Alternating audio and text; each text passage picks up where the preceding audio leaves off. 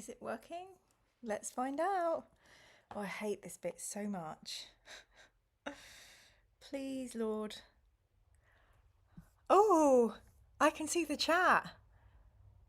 Oh, wow, wow, wow, wow. Hello, there are people here already. Can you hear me?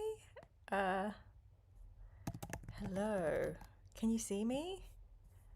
Is it working? Oh gosh, I'm going to feel awful if it's not. How do I figure this out? Live. Refresh. View channel. Live. Yay! I'm here. Praise the Lord. Can you all hear me? It's all good. Oh, thanks for saying now, Robbie. Let me have a little heart attack. Hooray! God bless us, everyone. Okay, let's see if we can get the sound going a little bit. So you should be able to hear some fire crackling. If so, let me just log into my account here. I can do that without revealing my password. I think chat has a little lag. I think you're right, yeah. Oh, thank you. I'm so happy everybody liked the interview. He's so great. I was like, I think I interrupted him a little bit because I always get this thing where I'm too excited, and he's more ponderous and thoughtful than me, and I was like, and another thing, and another thing. So I really need to like look at that and match the pace of my interviewee, but it's all good learning. And I'm always so worried about like trying to get everything in because I know they've always got limited time. So, oh, thank you, Fat Rascal. Welcome to membership. Yay. Yes, this is the tavern ambience from the game that we're about to play. So I don't know if you can hear this little dice roll and scribbles as well. Oh, it's saying my streaming software does not match. That's unfortunate. Oh well, we'll just have to do what we can. We'll do what we can. Hello, welcome to Dreadnought. Oh Christ. I'm fiddling around with the studio back here. So I'm very pleased people like the Ian Livingston chat. I sent him the theme song and I wrote your theme song, Sir Ian, and he liked it. So I thought that was pretty awesome. You are a savage Dreadnought. Mira, you have a growing career as an interviewer. Well, I mean, I think we're quite lucky because, you know, a lot of the Horace books, the writers have agreed to speak to me, which is just amazing. So, you know, Graham McNeil, Dan Abnett have said yes. I think that's just incredibly lucky. Ben Counter has said no. Mitchell Scanlon was too busy. But I'm talking to Dan about Titanicus, which I'm excited to talk to him about that. And we're also going to talk about Gaunt's Ghosts as soon as I've read the next 4 in the Sabbat World chapter. So welcome, Fat Rascal. Poor Aztec, once again, there were 10 memberships that got given out and you missed them again, but oh yeah, James Swallow, how could I forget dear James? Oh my god, yes, James Swallow, who has written episodes of Star Trek The Next Generation. So, well, we have to hope, Jim, that Aaron Dembski Bowden, whatever his name is, says yes, because since Ben and Mitch said no, I'm feeling humbled. I don't know, do I get secrets out of the authors? I don't know. I worry because I think I'm really interested in their muse and their behind the scenes deals and the emotion of writing, and I just think other people don't ask them about that stuff. But maybe I should be asking them about stuff. Don't forget to talk to Dan about Legion as well. What's your favourite Abnett book so far? It's got to be an Eisenhorn. Got to be Eisenhorn. Hugh, you make me blush. Thank you. I'd like to try and know my self-worth and not annoy anybody. But this is quite cool that we've actually got a little bit of time to chat before we do our adventuring at 8:30. Yes, next Sunday there will not be a stream as my mum is moving. So it's been a long anticipated move so she can be somewhere with a bit more care and be safe. So next Sunday I'll be down with my cousin and my brother helping my mum move, and yeah, feeling all the feelings of knowing it's the right thing to do but feeling very upset and sad about it and all those feelings. So yes, I've been a bit down, so it's really nice to be here tonight with everybody. And yeah, I'm really scared because just real talk, Sunday scary talk. I've got to go to work on Monday and I've got like deadlines, I've got a lot of stuff to write at the same time as like talking to a contract lawyer and a removal company and I'm just feeling the overwhelm. So yes.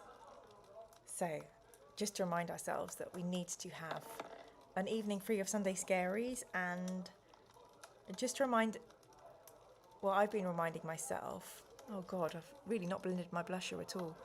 I've just been reminding myself, like, I've got through really, really tough days and I thought that I wouldn't be able to, but I have because I'm still here. And after the tough days, good days come. And yeah, future Mira will have loads of good days, and it's just, yeah, being brave, sticking with friends, talking to people that can make sure you're not going a bit bonkers and imagining bed bugs and things. So yay. So I wonder how long the lag is on here. Sorry, it might be a little bit long, which I apologise for this evening. So yes, sorry for that. I'm just going to go and close the door so I don't interrupt flatmate Fiona in her evening. I'm going to get a biscuit. Just one. I'm trying to cut down on sugar.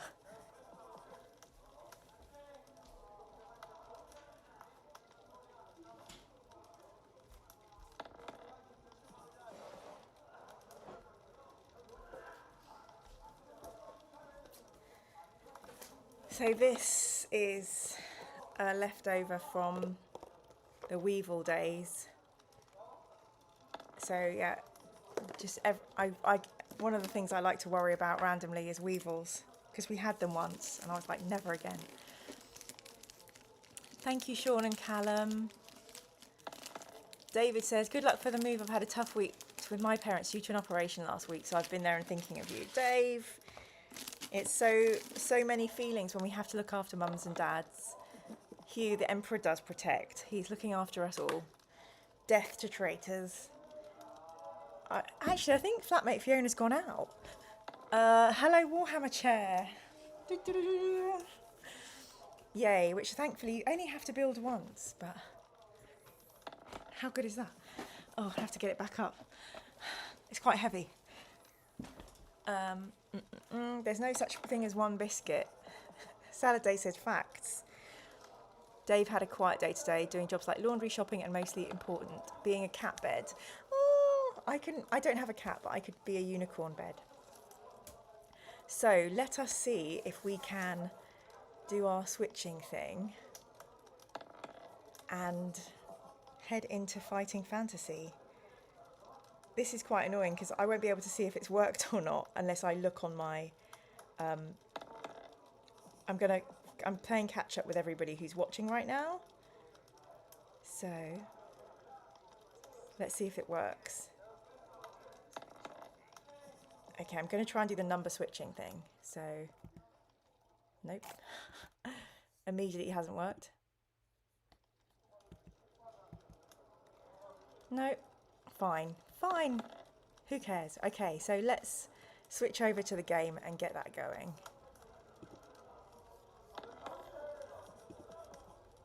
So I need to switch over in the app.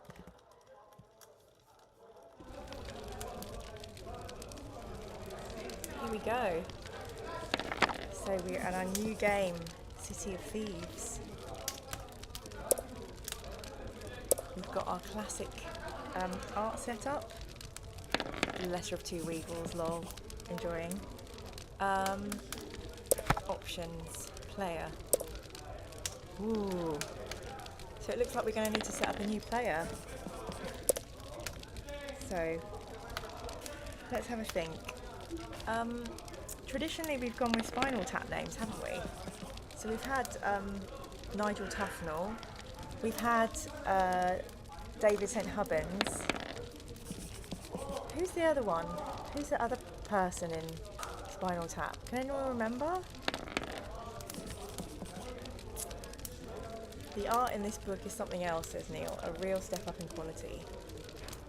I'm going to have to Google Spinal Tap members. I'm so ashamed. I should know this stuff. This is basic nerdery.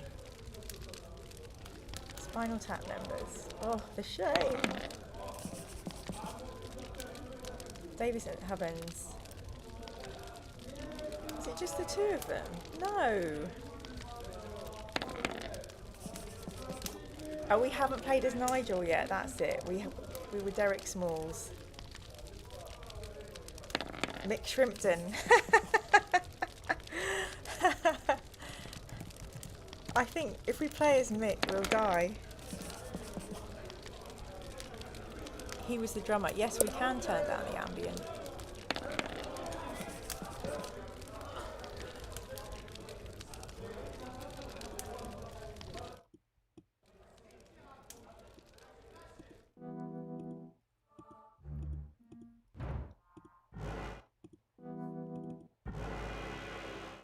We don't have to have any music. I think it's kind of cool. How about Dread Pirate Manga as a name? Well, I got my new name the other day, Emiratus. Yeah, Mick Shrimpton was the... Oh, was he a keyboard player? Was he the one... I can't remember the name of the drummer. Fat Rascal has to get mum to bed. Oh, I feel that, Fat Rascal. You have to look after your mama.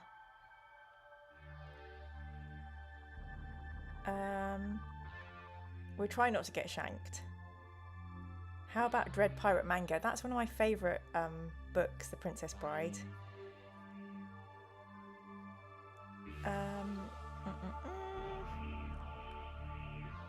I can see Darthus has said, my dad is in some filters through osmosis. What is Darthus's dad? A Patrick O'Brien fan? Okay, got it. I have no idea what that's about. Ah, Neil, the secret Nigel. I remember him well. Exterminatus, that's thy name. Oh, hey Dan, welcome. Thanks for joining the stream. Yeah, James Swallow is amazing. True golden man of words. Oh, Alex Sinclair, thank you so much. Alex, I've been really enjoying your Rose content on your Instagram. Exterminatus and Abadian.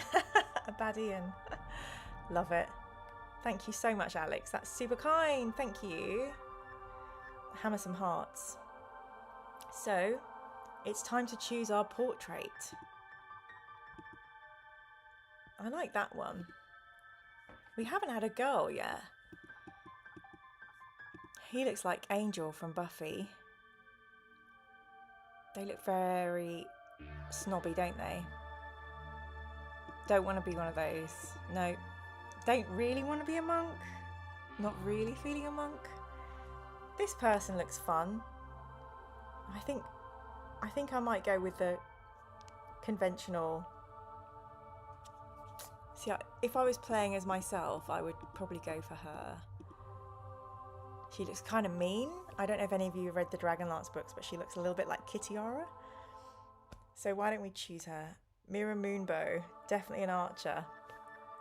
Yeah, 100%.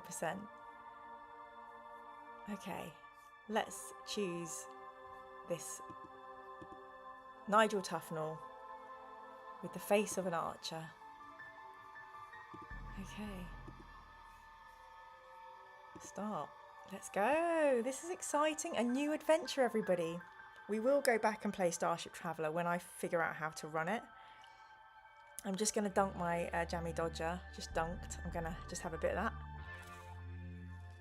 that.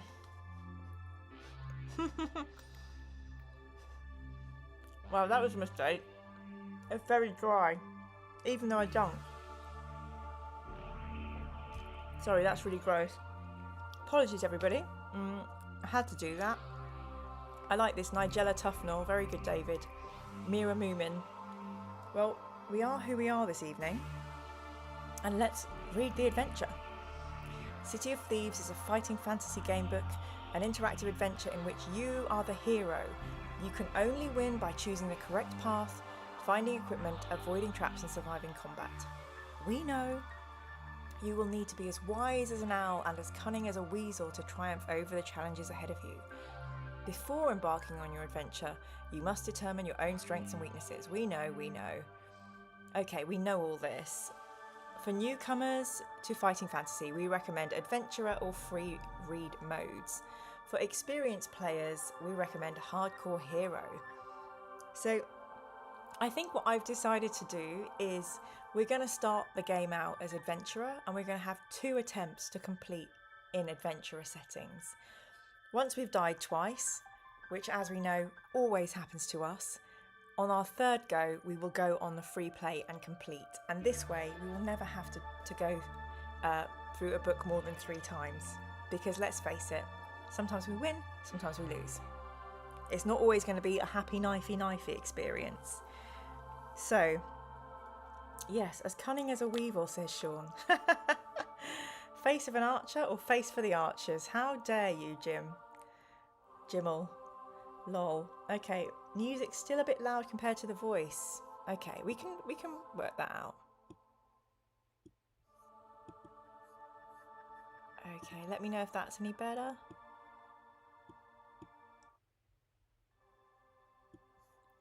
It's very, very minimal now. So we are choosing adventurer. You have chosen the adventure difficulty mode. Before continuing, you must calculate your initial stamina. And we all know how to do this now. We roll 2 dice and then we go, oh no, and everyone freaks out if it's low. Oh no. Okay, so our stamina is 18. It's pretty average. It's not great. It's not amazing. It's not terrible, but it's not great. Okay, so Neil and Robbie can hear. We have chosen the adventurer difficulty mode. Next, we must determine our skill. So, here we go. Oh, Christ. This is going to hurt us. This is going to hurt us. We have a skill of 7. And next, determine your luck. Well, we've got to have more luck than skill, surely. Roll your starting luck.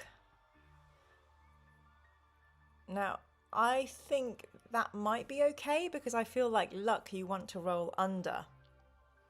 So, we can see how we do. Crikey. Next, I know, Neil, we're basically going to die. Lol, awesome. We're on hard mode with 7 skill. We're not on hard mode, we're on normal human mode. We're on not children mode. I'm just changing the chat filter because it's doing this thing where it only shows top comments, and I'm like, no, we want to see all the comments. Come on, filter. All messages, there we go. Neil says, I'd start again. Callum says, 7 is awesome coupled with the rest. Well, we can have there's 25 of us on the stream. How many? So I'm going to ask to vote. I'm not going to put a poll in. So you're going to need to type. If you want to re-roll, type in re-roll. If you want to adventure, just put go north. David, that's not an adventurer. That's a canary down a mine. My salad days. Or a well. Amen. Well, look, you know, fat rascal. I'm a massive child at heart if it helps. I think we all are. And it always helps. So go ahead, like, let me see. Let's see what people want to do. Vote with your typing.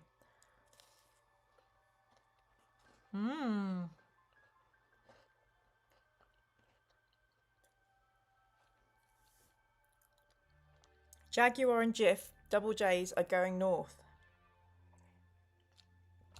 As is Sean. Neil, make a start and see how we get on.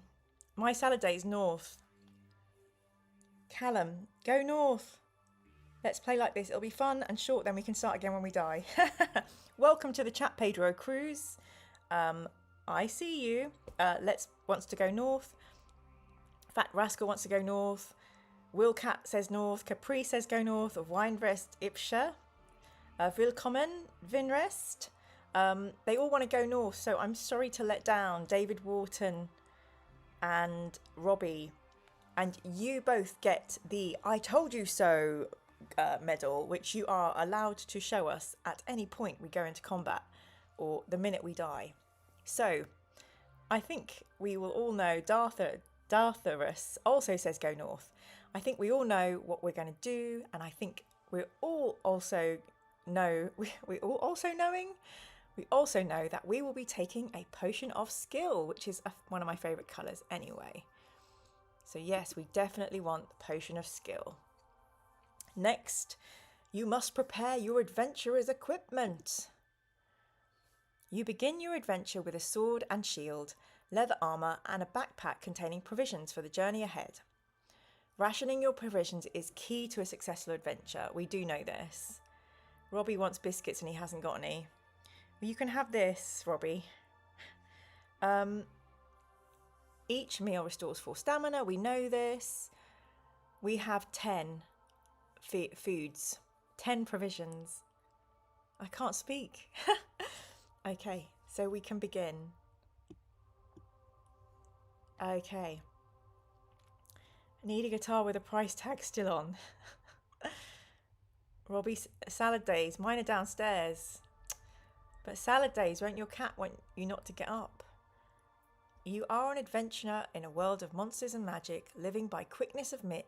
Why can't I speak? You are an adventurer in a world of monsters and magic, living by a quickness of wit and skill of sword. You earn your gold as a hired warrior, usually in the employ of rich nobles and barons on missions too dangerous or difficult for their old people.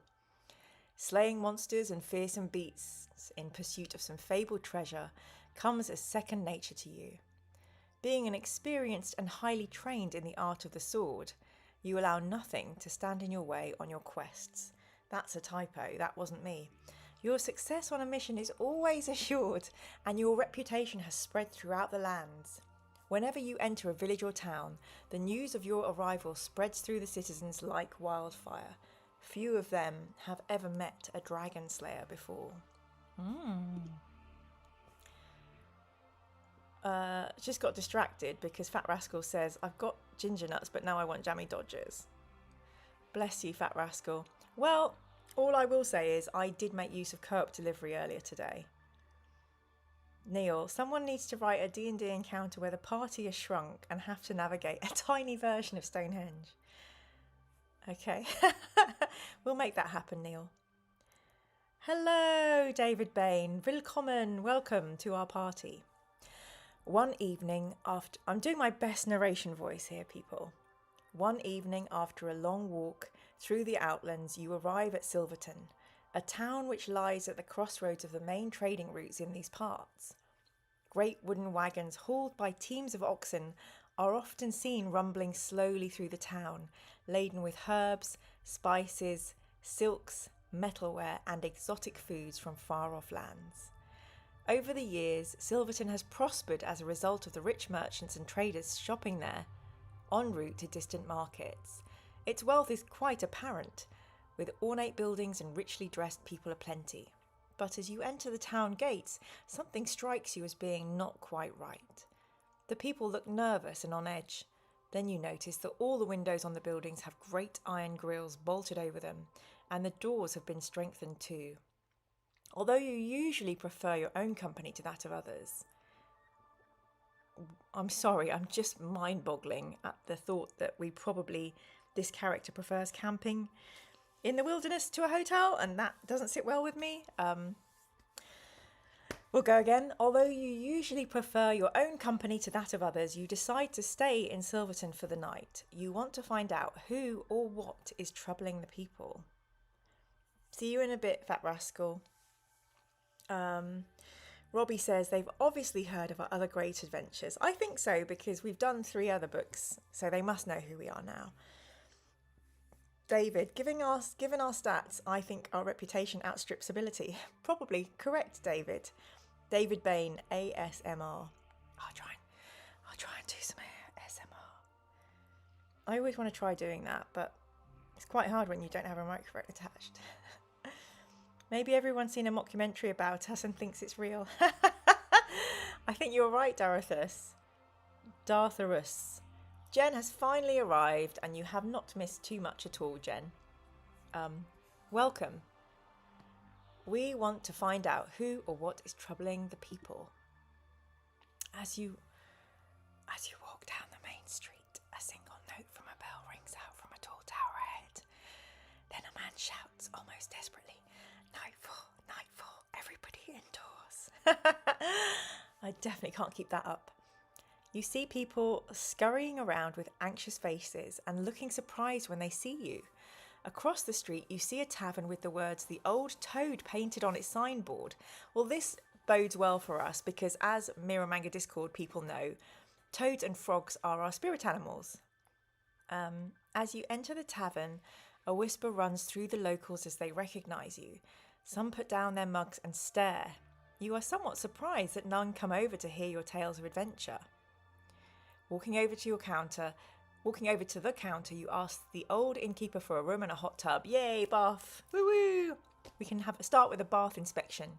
But she ignores you and shuffles over to the great oak door, pushing 6 large bolts into place. Only then does she turn to you and say quietly, "That will be 5 copper pieces for the room, and 1 more for the tub in advance, if you please." You reach into a leather pouch on your belt and toss the coins on the counter. She hands you an iron key, but at that very moment there's a loud knocking at the door, followed by a voice shouting, "Open up! Open up! This is Owen Caroliff!" The old innkeeper shuffles over to the oak door again and slides open the bolts. Then a fat and balding man, dressed in rich scarlet robes, bursts into the tavern, looking around frantically. He sees you and walks quickly in your direction, huffing and puffing. He is a man certainly not used to haste. You notice great beads of sweat on his forehead in the pale candlelight of the room. As he nears you, he calls out urgently, "Stranger, I must speak with you. Please sit down. It is important that I speak with you." New regional accent. We'll give it a go. When he turns to the innkeeper to snap his fingers for food and drinks, you can see that he's obviously of some standing in the town, but his face is full of anguish and sorrow. This is quite the introduction, everybody. Sean says, "The town folk know of our reputation as a boastful liar who claims to be a dragon slayer." Yep, that's us. Jen, obviously the well inspectors have been through recently. David, if the well inspectors had been through here, the town wouldn't be in such a bad state. Exactly. Geordie Zanbarbone. Oh, I don't know if I'd try Geordie. Anyway, back to this story, which is quite a long introduction for us. Being curious, you decide to hear what the man has to say. He pulls out a chair for you at the table, bidding you to sit down, and the innkeeper bustles in with a tray laden with hot broth, roast goose, and mead. The man in the scarlet robe sits opposite in silence, watching you as you feast, as though examining you for some purpose of his own. Finally, as you push your plate away, the man leans forward and says in a low but anxious voice, "Stranger, I know of you and seek your aid. My name is Owen Caroliff and I'm Mayor of Silverton. We are in great trouble and danger. We are living under a curse and it is I who must rid us of it. 10 days ago, 2 messengers of evil rode into town on huge black stallions with fierce red eyes. It was impossible to see the faces of the riders, for they wore long black cloaks with hoods pulled over their faces. Their voices were cold, and each word spoken ended with an unnerving hiss. They asked for me by name, and when I came to greet them, they wanted to take my beloved daughter Mirelle to stay with their master Zanbarbone. No doubt you know he is the Knight's Prince. Of course, I refused their demand, and without another word they turned and rode slowly out of town, heads down and shoulders hunched. I knew then that beneath the cloaks were hidden the skeletal and soulless bodies of spirit stalkers. Zanbois Bone always uses them as his messengers, as they will complete the mission or die in the attempt, and they do not die easily. Only a silver arrow through the heart will release those evil beings from their eternal twilight existence. Who knows what it would take to kill Zanbois Bone? That same night, after the spirit stalkers left, our troubles began. The Night Prince was angry and determined to harm us. 6 moondogs came, each stronger than 4 men, each with razor-sharp fangs. They stalked through the town, entering homes through open windows and killing the poor people inside. Christ almighty, this is quite the backstory. In the morning, we counted 23 dead, so we barred our windows and bolted our doors. Yet each night the moondogs return, and we are unable to sleep for fear that they might find a way into our homes. Some people are now talking of sending Morel to Zanbois Bone. Those whimpering traitors, I should have them flogged. But what good would that do? There is but one hope, and that rests with you, stranger. There is a man called Nicodemus, who, for reasons I'll never understand, lives in Port Blacksand. The place is commonly called the City of Thieves, as it is the home of every pirate, brigand, assassin, thief, and evildoer for hundreds of miles around. I think he lives there just to get some peace from the likes of us. He is a wise old wizard and is unlikely to come to much harm, even in Port Blacksand, for his magical powers are great. He alone is capable of defeating Zanbois Bone. He used to be a friend of mine many years ago. We need him, and I beg you to bring him to us. None here dares enter Port Blacksand. You will be well rewarded if you help us, stranger. Take these 30 gold pieces for your journey, and take this sword to use and keep. Woof! Crikey. Thank you for my accents nod, Robbie. The introduction is so long that Mr. Tall, Dark and Moody will presumably die about 5 minutes after we meet him. Anyone getting Nazgul vibes? Absolutely, Neil. Definitely picking up some Tolkien treading. If the Moondogs are so powerful, why don't they just kidnap Morel? How dare they smear the good name of dogs by connecting them to this? Yeah, that's a good point, actually. Also, those servants that are like, basically, you know, reskin Nazgul, they apparently are reliable because they don't give up until death, but they just left when the guy said no. Anyway, we've got 30 gold pieces and we've got a job to do, so let's see how much reading there is to do on the next page. It's still going. Why did I do that? So dry. So dry. Okay. As Owen Carolith rises, he pulls back his scarlet robe, revealing the finest broadsword you have ever seen. He hands it to you, and touching the edge of the blade, you are surprised to see a droplet of blood fall from your finger. You then examine the marvellously ornate gilded serpents twining around the hilt. You've never wanted anything so badly in your life before. Wow, we are a pill. You stand up and hold out your right arm to Owen. He shakes it eagerly, saying, "You must set off at the first light of dawn. The moondogs will be gone by then. I shall be forced to stay the night here also, so let's drink to our destiny and may the gods be with us." For the next hour, Owen talks about your coming journey, explaining in detail how to reach Port Blacksand. Later, you gather up your backpack and furs and climb the wooden stairs to your room. You sleep uneasily, despite the security afforded by your new broadsword, as you are more than once woken by the sniffing, scratching and howling of the roaming moondogs outside. I don't like this. By dawn, you are already awake and dressed, determined to reach Port Blacksand quickly to find this man Nicodemus and pliers.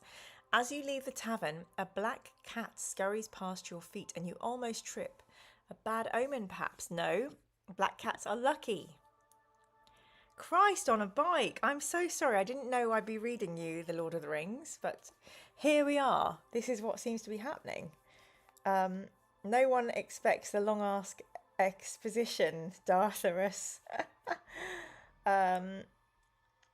Mira, they don't give up till the plot tells them to, or as the Warhammer fans call it, Ultramarines plot armor +4. Okay. The walk to Port Blacksand takes you west some 50 miles across plains and over hills, fortunately without any harmful encounters.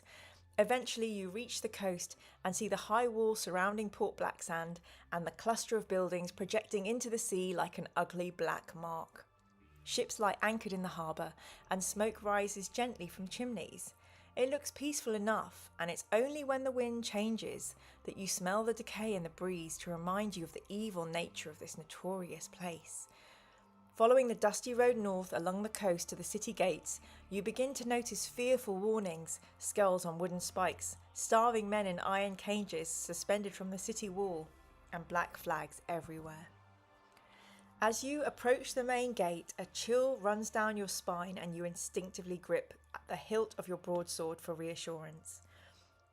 At the gate, you are confronted by a tall guard wearing a black chainmail coat and iron helmet. He steps forward, barring the way with his pike, saying, "Who would enter Port Blacksand uninvited? State the nature of your business or go back the way you came." How will we respond? Shall we tell him we wish to be taken to Nicodemus? Shall we tell him we wish to sell some stolen booty? Or shall we attack him with our sword? Please type in the chat, Nico, booty, or attack to represent your choice. Our first encounter, everybody, in the City of Thieves.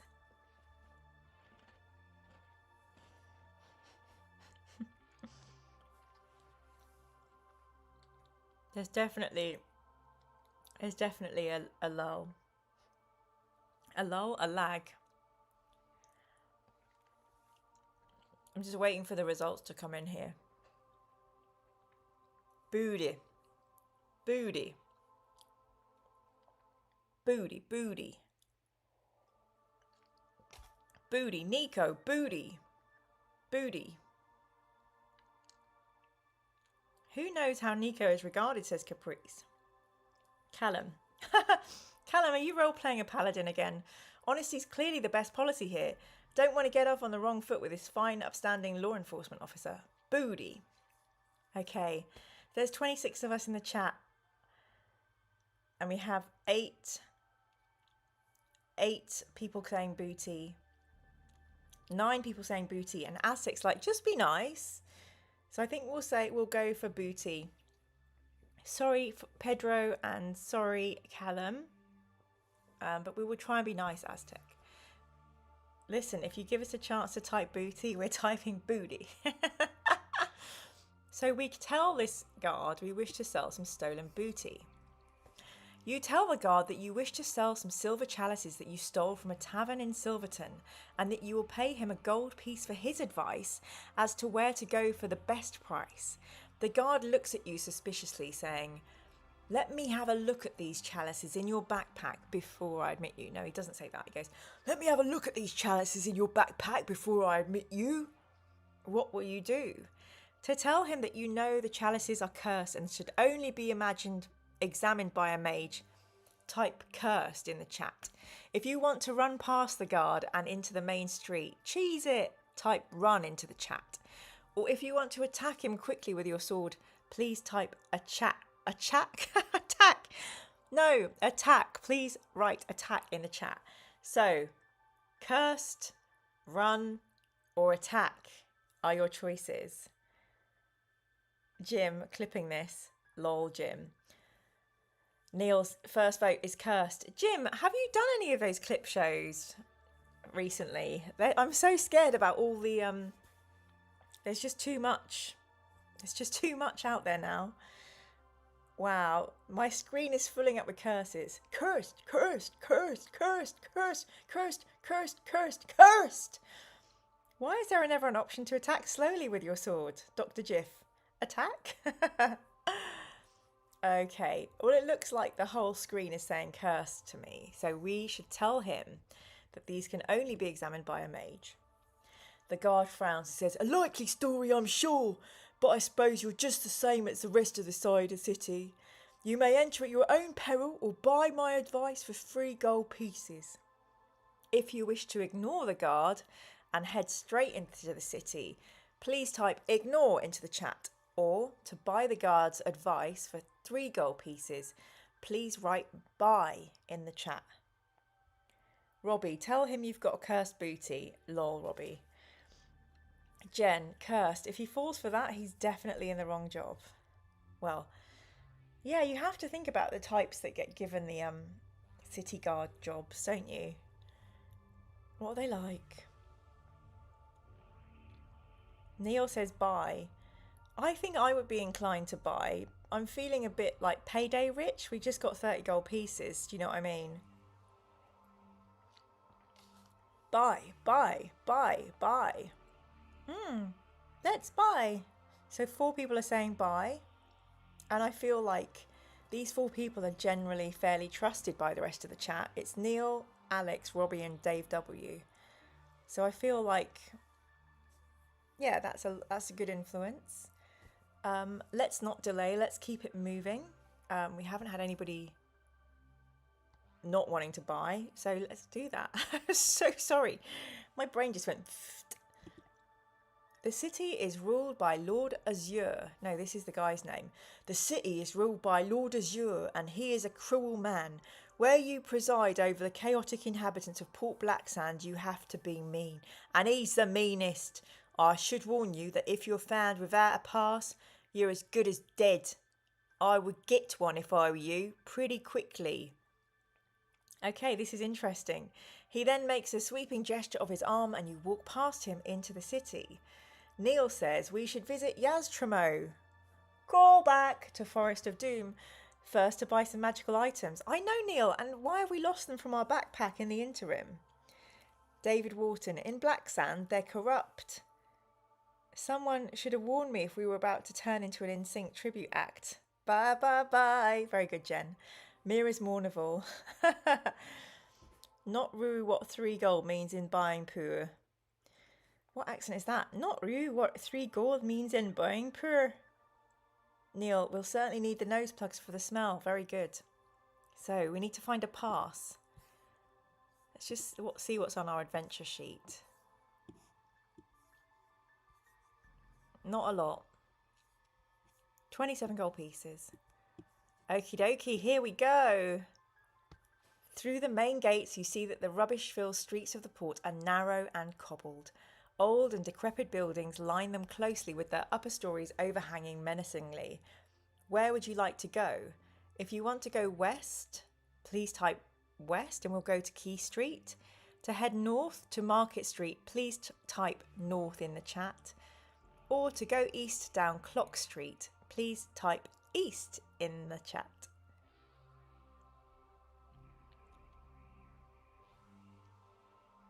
Oh, got it, Darthus. I'm not really sure that was worth 3 gold. I think so, because if we hadn't asked him and then someone's like, do you want to take this pass or a golden necklace?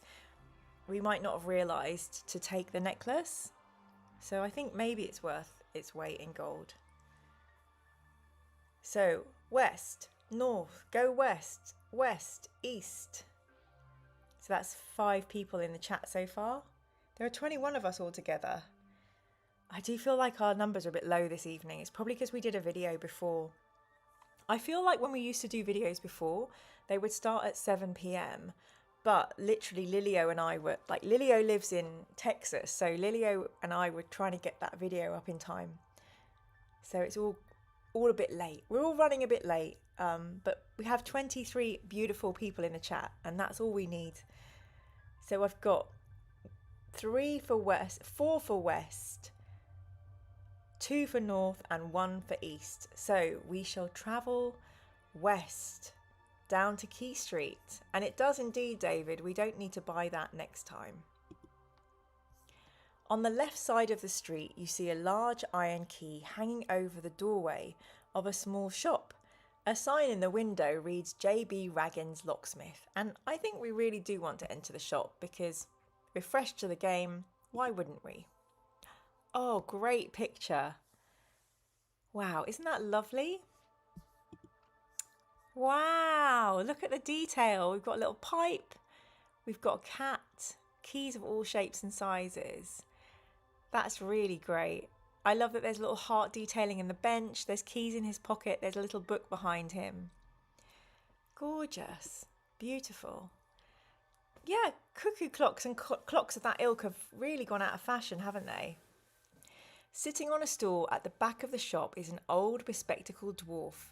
He's busy cutting a key on a cast iron treadle machine which squeaks and grinds noisily. You cough to get his attention, but he does not look up from his work. Finally, the machine comes to a halt, and the dwarf asks you what you want.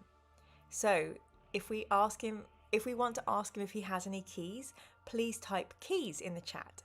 If we want to ask him if he knows where Nicodemus lives, please write Nico in the chat. It is beautiful art. Amazing to think this artist designed Darth Maul. I know, incredible. Just it goes to show if you are... I mean, I do have this belief that if you're very tenacious with your art or your work and you keep going... I can't remember who said this to me once. I think it was like a radio DJ, and he was like, there are musicians and they just keep performing and they just keep putting out music, and at some point it's going to click. So yeah. Okay, interesting. We have keys. One for Nico and another for keys. So that is quite a lot of keys going on there. Yeah, don't make me kick you out, Jen. Be good with your spoiling. I appreciate that. So let's ask if he has any keys for sale. Hello, Keymaker. Do you have any keys for sale? The dwarf boasts that he can make a key to open any lock in Port Blacksand. He says that these skeleton keys are priced at 10 gold pieces each.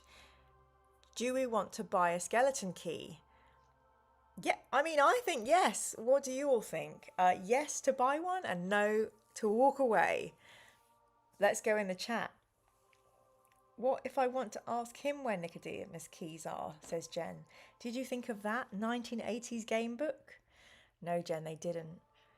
But if we wish to buy a skeleton key, let's put a yes in the chat right now.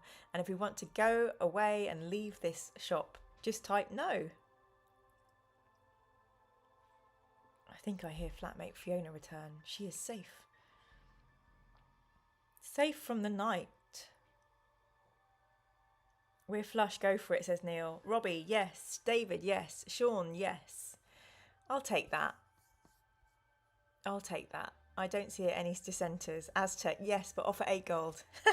No bargaining options, I'm afraid, Aztec. Callum, yes. Dartharus, yes. Dartharus, yes. Caprice, yes. We're buying the skeleton key. Okay, we have the skeleton key. Let's just check in our little shopping list. Yay, we have a skeleton key. Woot woot. Okay, let's just do a little celebrate emoji for shopping. So, how many gold pieces do we have left? 17. That's still not bad. Yay, Jim agrees. We can always unlock his gold chest and take the money back. Oh, Dartharus. Don't get started. Spellsing, welcome to the chat. And yes, we will do that. The street makes a sudden right turn and heads north. You pass a cluster of small houses and are you are aware of unseen people watching you walk by. Then the door of one of the houses opens and a small boy dressed in rags runs out and hands you a piece of paper. Without stopping, he runs off and disappears around the corner. The paper has a message on it which reads, arrows from 6 bows are pointed at you. Leave 10 gold pieces in the middle of the street and keep walking. If you want to obey the instructions, we can.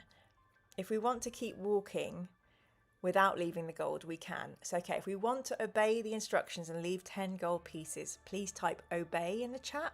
If you don't want to do that, type disobey. No. Yeah.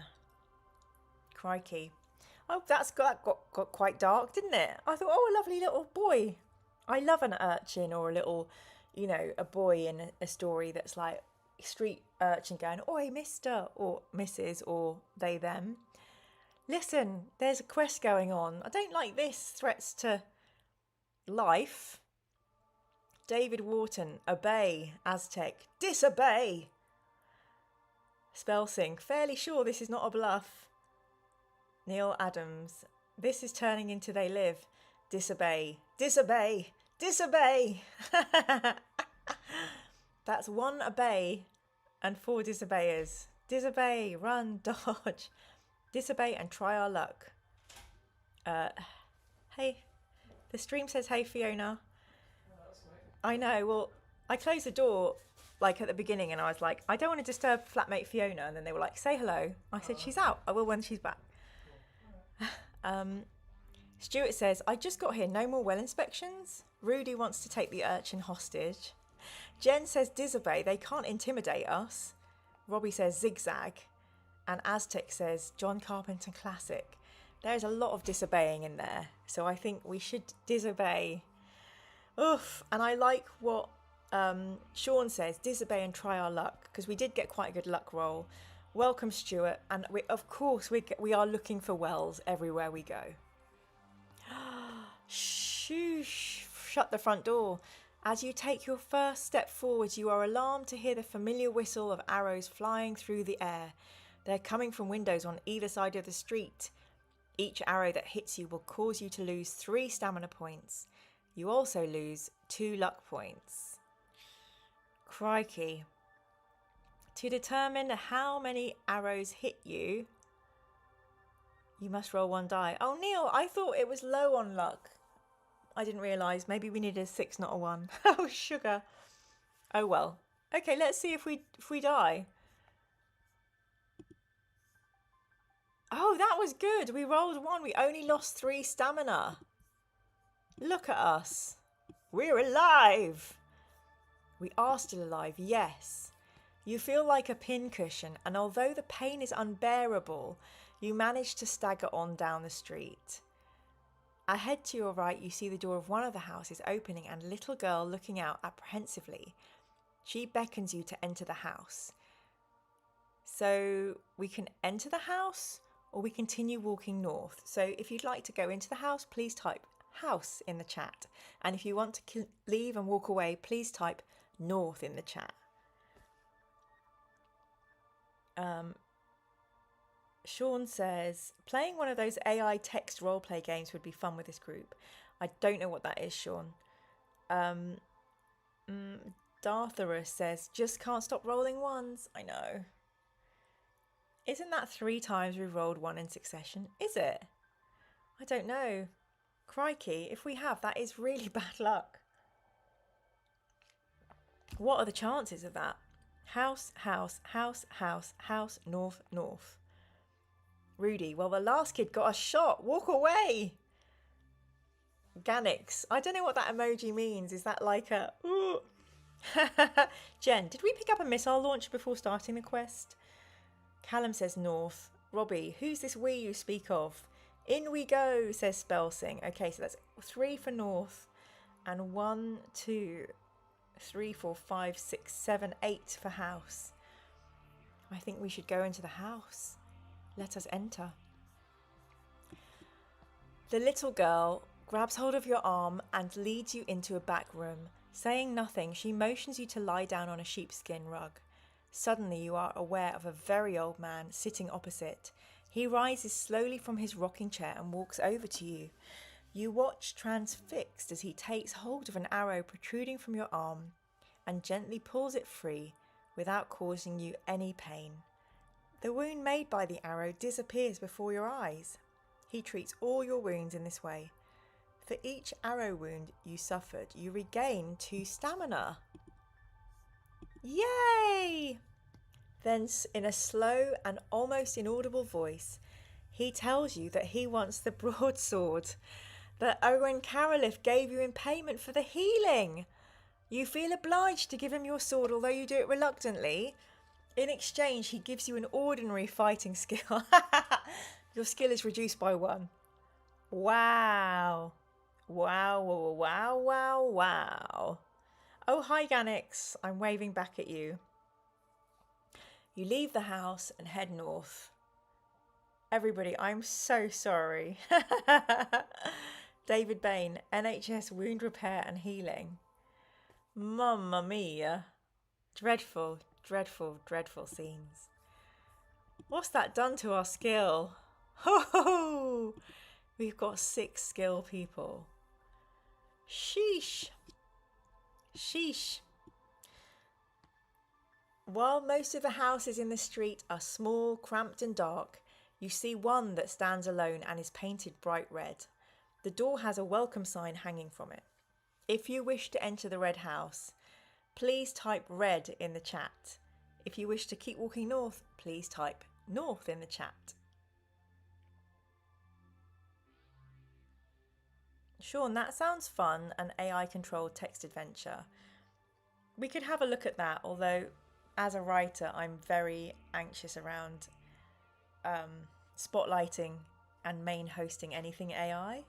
I'd rather celebrate things that were written by humans. Rudy, game is living up to its title. Jen, he's going to give it to the archers. This is a scam they run on every passerby with a magic sword. I reckon you're right, Jen.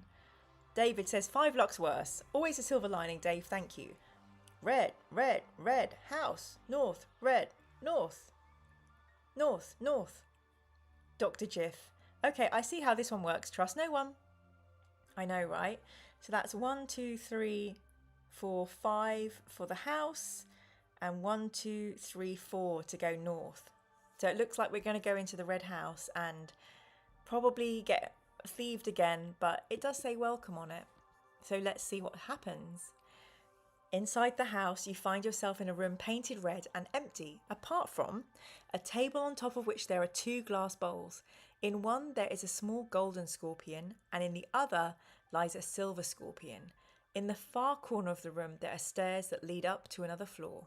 So we have 4 choices now. We can pick up the golden scorpion. If you'd like to do that, type gold in the chat. We can pick up the silver scorpion. If you would like to pick silver, please type silver in the chat. If you'd like to investigate upstairs, please type up in the chat. Or if you want to leave the house, please type leave. So you can type gold, silver, up or leave. And yes, Aztec, it is called City of Thieves. Correct. I know, Jen, don't trust anyone in a city full of thieves, but they seem so sweet and innocent. Well, this is tough, you know, when they're using kids to do their dirty work. That's the whole thing, isn't it? They do appear innocent.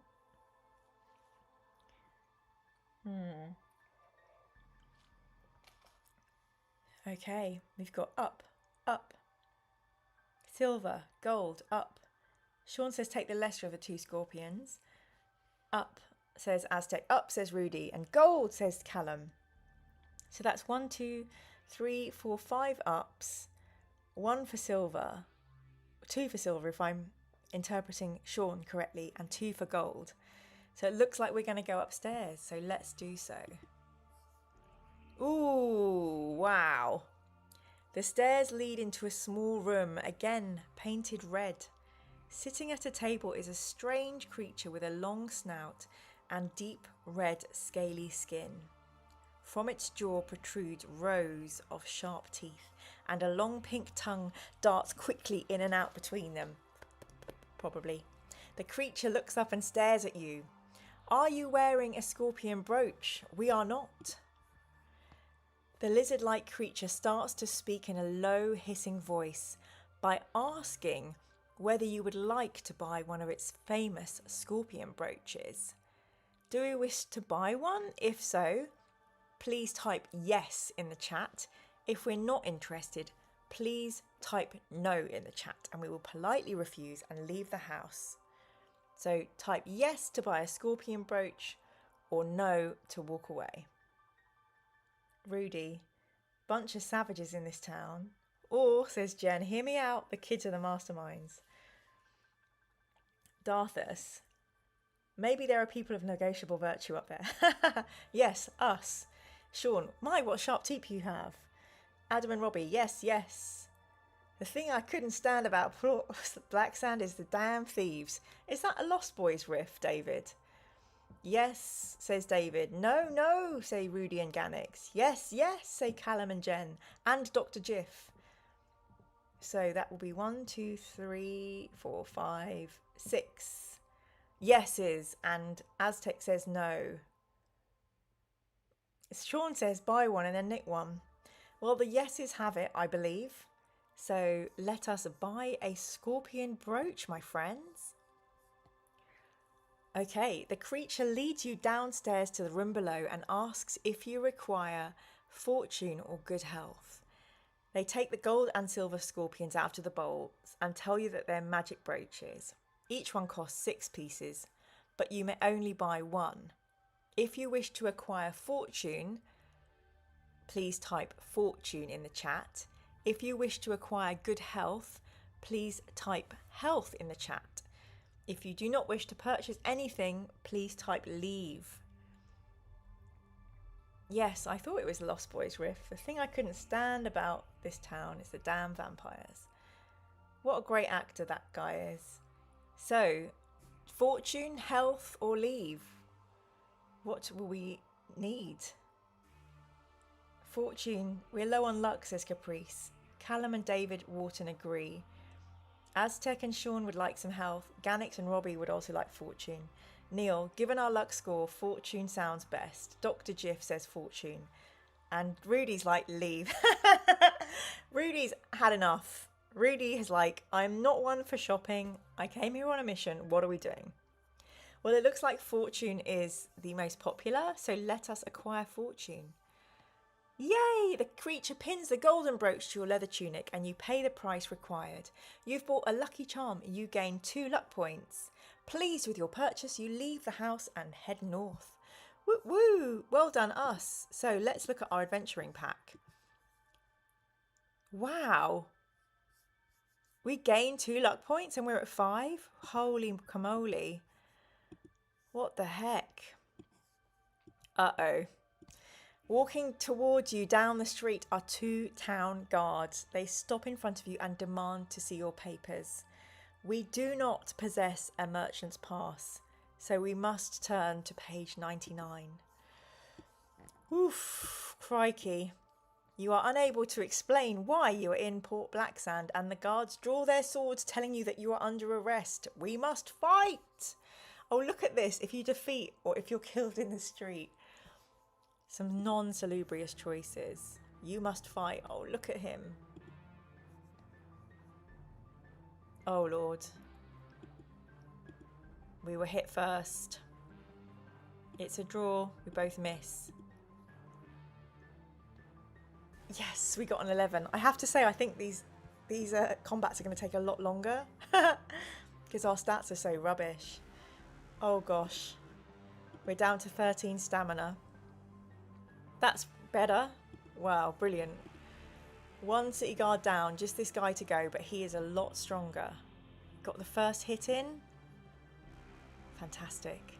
Oh, he's got us. We're down to 11 stamina. 16. That's great. He only has 2 stamina left. Oh, we're down to 9 stamina. Come on, Nigel Tufnell. It's a draw, no hits. Yes. He's dead. Yay, we win.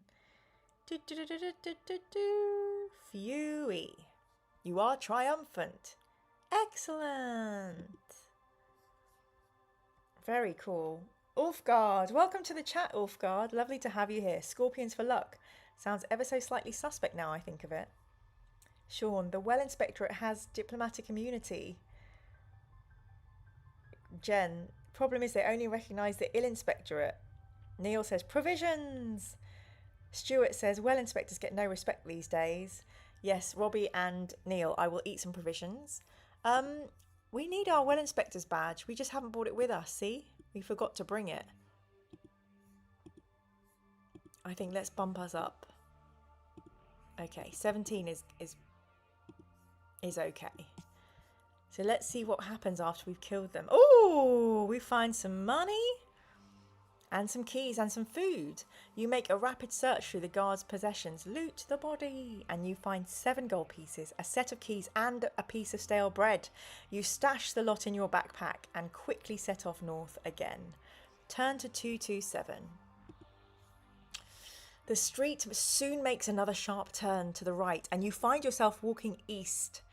Outside one of the houses to your left is a pile of rubbish and broken objects. On top of the pile is a pair of old boots that look about your size. Ooh, so if we want to try the boots on, please type boots in the chat. And if you want to not try them on, please type east into the chat. So please type in boots or east. What will we do for our feet? Stuart says, stale bread, my favourite breakfast. Oh no, why has our well inspector badge been revoked? What did we do? Did we do something bad? Did we inspect someone's well and it belonged to somebody that the mayor was best mates with and we found something dodgy in it? I've been watching a lot of the old seasons of True Detective, so I'm all about this corruption now. Boots, boots, those smell like bait, says Caprice. East. Gannick says east. Neil says boots, boots, says Jiff. David says boots. Callum says boots. Fat Rascal says east. Sean says boots. Dartha says ACAB includes the Blacksand City Guard. Aztec, these boots are made for walking. Jen, old boots on a rubbish pile. Nothing could possibly be wrong with that. Neil says booty. Jen says east. Dartha says booty. That's quite a lot of people who want to try the boots on. Why not? Oh, look at that. I don't know if you can see at the bottom of the screen, we just got a little Steam achievement for getting these boots. The boots fit perfectly and walking about you feel very sure-footed. They are magic elven boots. Elves, Mr. Frodo, elves. While wearing them, you gain 1 skill point, which we really needed. Ulfgard, boots are not full of scorpions. True Detective Season 1 may be the best single season of television ever made. Neil, I think it's up there for sure. I loved it. A lot of it was whiffle waffle, but I just went with it. I wonder if a well inspector gets demoted enough they only get to inspect cups of water. Oh, that's really sad. No, they don't. No well inspector gets demoted. Well, this is good. We've got a +1 to our low skill. Hello, Lack of Foresight Gaming. Welcome to the chat. So lovely to have you with us and catch the last few minutes of our sesh today. We arrive at a 4-way junction in the street.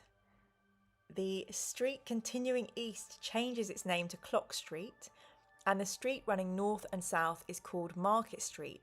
Looking north, you see a crowd of people walking up the street, cheering loudly and waving their arms in the air. You decide to follow them. Love this for us. Oh no. This is not like a butterfly festival or anything. David says, Ian Livingston loves his elven boots. This book is getting a little steamy, says Jen. I'll get my coat, lol. Happy to catch up. Work's been super busy the past few weeks. Happy to catch you too, Foresight. Hope work is busy is good and not crazy. Stuart, my headcanon is that they're Elvis boots. Oh, thank you very much. Neil says bookmark. Thank you, Neil. Okay. As you catch up with the chanting crowd, you see that they're carrying eggs and rotten tomatoes. Soon the street opens out into a large market square. All around the edge are stalls with vendors, hawkers, musicians and entertainers carrying on their business. In the middle of the square is an elevated pillory. Above the noise of the crowd, a trumpet sounds and the crowd start to pelt the man in the pillory with rotten food. An old man standing next to you offers you 2 eggs to throw. Not wishing to appear to be the outsider, we're basically succumbing to peer pressure. Not wishing to appear to be the outsider, you take the eggs and hurl them. But as you do so, the old woman picks your pocket without you noticing. This is a dreadful book. This is really, really bad. We lose 1 gold piece and we are aware of our loss and we walk away from the crowd to look at the various stalls. 1 gold piece lighter. We're still at 17. That's not super bad. Hey, Simro.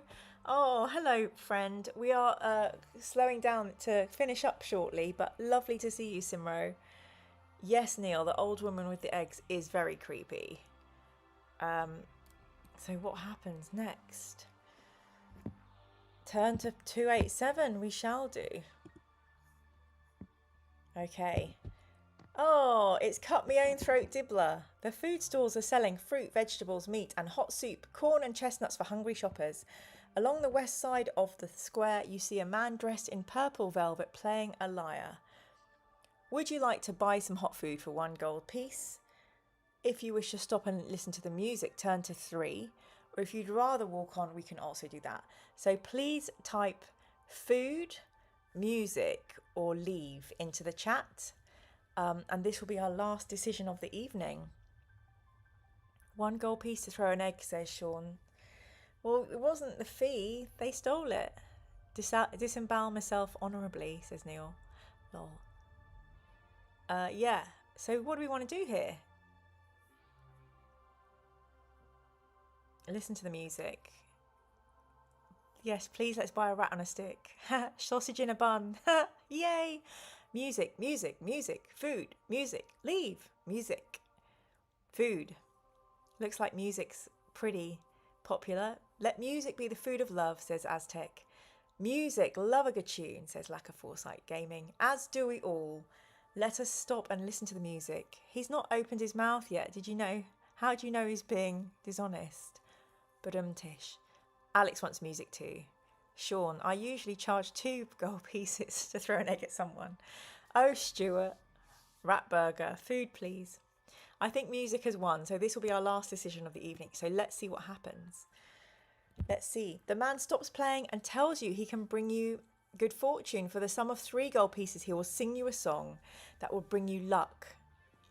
Bearing in mind we are luck poor, should we wish to pay or walk away? So please type pay or walk away in the chat, and this will be the last decision of the evening. Just to look at our adventure sheet, we've got 5 luck. So we can pay 3 gold pieces for a song that will bring it luck, or we can walk away.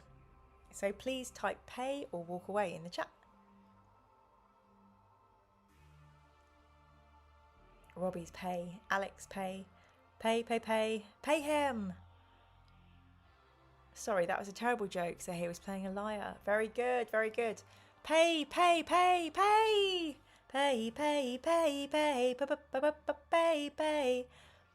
Ah, Stuart, free range eggs throwing.